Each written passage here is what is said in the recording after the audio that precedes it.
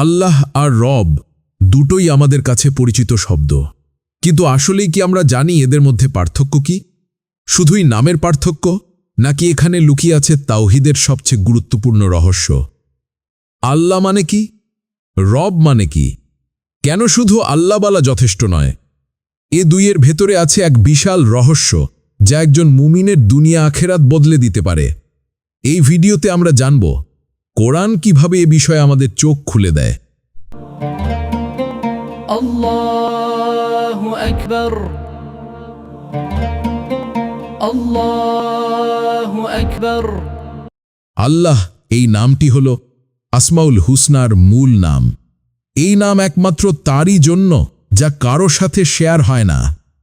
আল্লাহ মানে সেই সত্তা যিনি উপাসনার একমাত্র যোগ্য, অর্থাৎ লা ইলাহা ইল্লাল্লাহ। এখানেই আল্লাহর আসল পরিচয়। আরবিতে রবের বাংলা অর্থ করলে যা দাঁড়ায় তা হচ্ছে সৃষ্টিকর্তা, লালনকারী, রিজিকদাতা, নিয়ন্ত্রক। আমরা যখন বলি রব্বুল আলামিন, তখন বুঝাই তিনিই সবকিছুর মালিক ও পরিচালক। এখানে উপাসনা নয়, বরং লালন পালন ও দয়ালু পরিচালনার দিকটি বেশি প্রকাশ পায়। আল্লাহ নাম শুনলে আমাদের মনে আসে ইবাদত, নামাজ, দোয়া, সিজদা। আর রব নাম শুনলে মনে হয় যিনি আমাদের খাওয়ান, জীবন দেন, বিপদ থেকে রক্ষা করেন।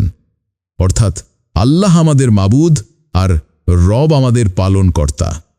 এখন ভাবুন, যদি কেউ শুধু আল্লাহ আছেন মেনে নেয়, কিন্তু তাকে রব হিসেবে না মানে, তাহলে কি হয়? সে আল্লাহকে উপাস্য মেনে নিল, কিন্তু মনে করে অন্য কেউ তার রিজিক বা ভাগ্য ঠিক করে। এটা হলো শিরক। আবার কেউ যদি শুধু রব মেনে নেয়, কিন্তু তাকে উপাস্য না মেনে অন্যের সামনে সিজদা করে, এটাও শিরক। আল্লাহ বলেন, বলুন, কে তোমাদের আসমান ও জমিন থেকে রিজিক দেন? অথবা কে কান ও চোখের মালিক? কে মৃত থেকে জীবিত বের করেন এবং জীবিত থেকে মৃত বের করেন? এবং কে সমস্ত কাজ পরিচালনা করেন? তারা বলবেই আল্লাহ।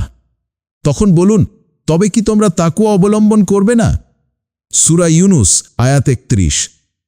আল্লাহ আমাদের উপাস্য, আল্লাহ আমাদের ইবাদতের কেন্দ্র, রব আমাদের লালনকারী, রব আমাদের প্রতিটি নিঃশ্বাসের মালিক। যখন আমরা আল্লাহকে আল্লাহ আর রব দুই দিক থেকেই চিনব এবং এই দুই অর্থ আমরা হৃদয়ে একসাথে ধারণ করব, তখনই আমাদের তাওহীদ পূর্ণ হবে। অর্থাৎ বিশ্বাস রাখতে হবে রিজিক, নিয়ন্ত্রণ, সুরক্ষা সবকিছু কেবল তার হাতে।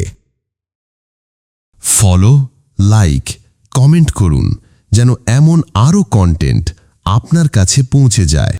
ইসলাম প্রচারে আপনার একটি শেয়ারই হতে পারে কারো হেদায়েতের দরজা।